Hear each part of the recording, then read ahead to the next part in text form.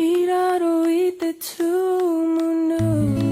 carving is a celebration of life.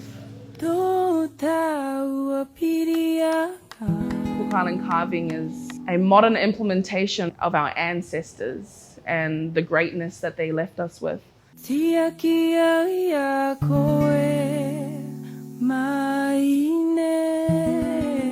Island carving has become a new sense of identity for a lot of people, even if they haven't carved before.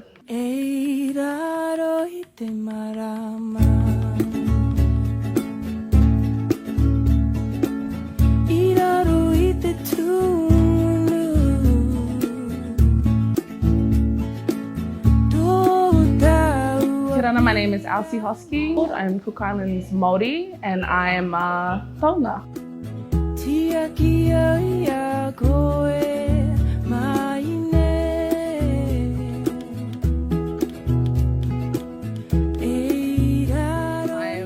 Carving at Mike Tavioni Vananga, which is basically a space where young people or anyone of any age can come and learn how to teach themselves about any indigenous processes or art forms.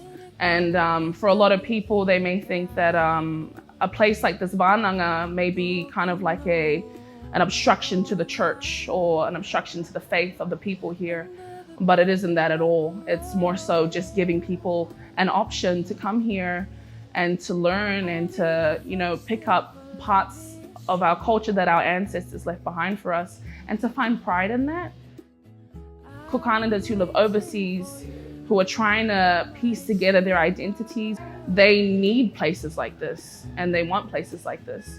For me, coming here and being one of the first young people to carve and to kind of show my process here and to show how normalized it can be to carve and to pick up this art form is inspiring a lot of young people to want to do the same.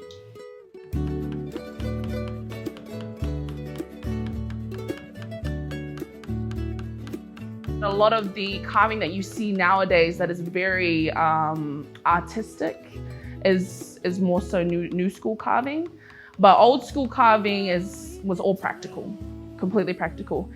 And it comes down to the Western perspective of what we really think art is and what is really carving. I think for a lot of Cook Islanders, especially, knowing that there are carvings that are specifically from different islands within the enua, and they all have their own different ways and different motifs, different ways of carving them. It's very important to how we structure our identity as well. And it differentiates all the islands from each other, but it also brings in a common factor. I think it's important, like every other facet of our culture that has been hindered or kind of pushed aside, that we still retain a lot of this stuff, because when we don't have the rest of the world to look after us, we can go back to our old ways and still survive. Regardless of what the rest of the world is doing, if we still have some kind of grasp on our ancestors' history and on the processes that they implemented when they were here, we won't die. As a community, as a culture, and as a people, we won't die. I started with old, so trying to carve a kumete, which is basically a ceremonial bowl, but it was used for food preparation, used for stuff like medicine and stuff like carver. So, everything to do with preparation, these bowls were used for. But nowadays they're more so like ornamental, which I get, which is just comes down to how people use it.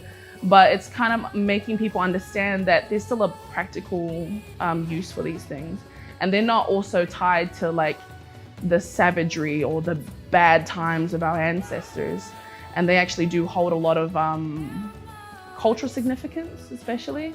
My kumete took about 3 weeks to carve from a block of wood down to the piece that I did. So I'm learning as I do it. And I think the longer you take with some pieces, the more sentimental they become. The motifs that I choose for my kumete is basically just to represent family. And the whole way that this kumete was structured as well, the way that I wanted to have it was so that it'll mimic like a turtle shell when it's turned over. And that's just because the turtle is my family's taura atua. Taura atua is like the same concept as like a spirit animal. So our taura atua on my Tahitian side is the turtle. So when I turn it over, it's kind of like you can see the back head of the turtle there, and then the shell. But yeah. And all the motifs that run around it signify family. Learning the motifs, learning that, you know, there are stories that go with this, you know, choreographing tattoo patterns and everything so that they can then adorn themselves with those things is an amazing process. And it's very rewarding to see people wanting to find pride in their culture that has been oppressed for so long. It's been very rewarding to be able to make my own things and to understand the stories, and along the way educate my platforms and educate the Cook Islanders who live overseas that don't have this experience. And it really just comes down to making this normalized, but also just making the education free. I think for a lot of Cook Islanders, if you want to come home and you feel like you have no connection to your culture in any regard, and you want a place where you want to be, you know, kind of learning about the indigenous frameworks, the decolonization of our culture, and kind of understand our culture from a perspective that isn't colonized, come here, come and learn from taonga like Uncle Mike and other men and women who have been pioneering the revitalization of our culture, and take time to learn about our ariki system, take time to learn about marais, and understand that everything that our ancestors have left behind for us needs to be continued for the continuation of our culture and our people.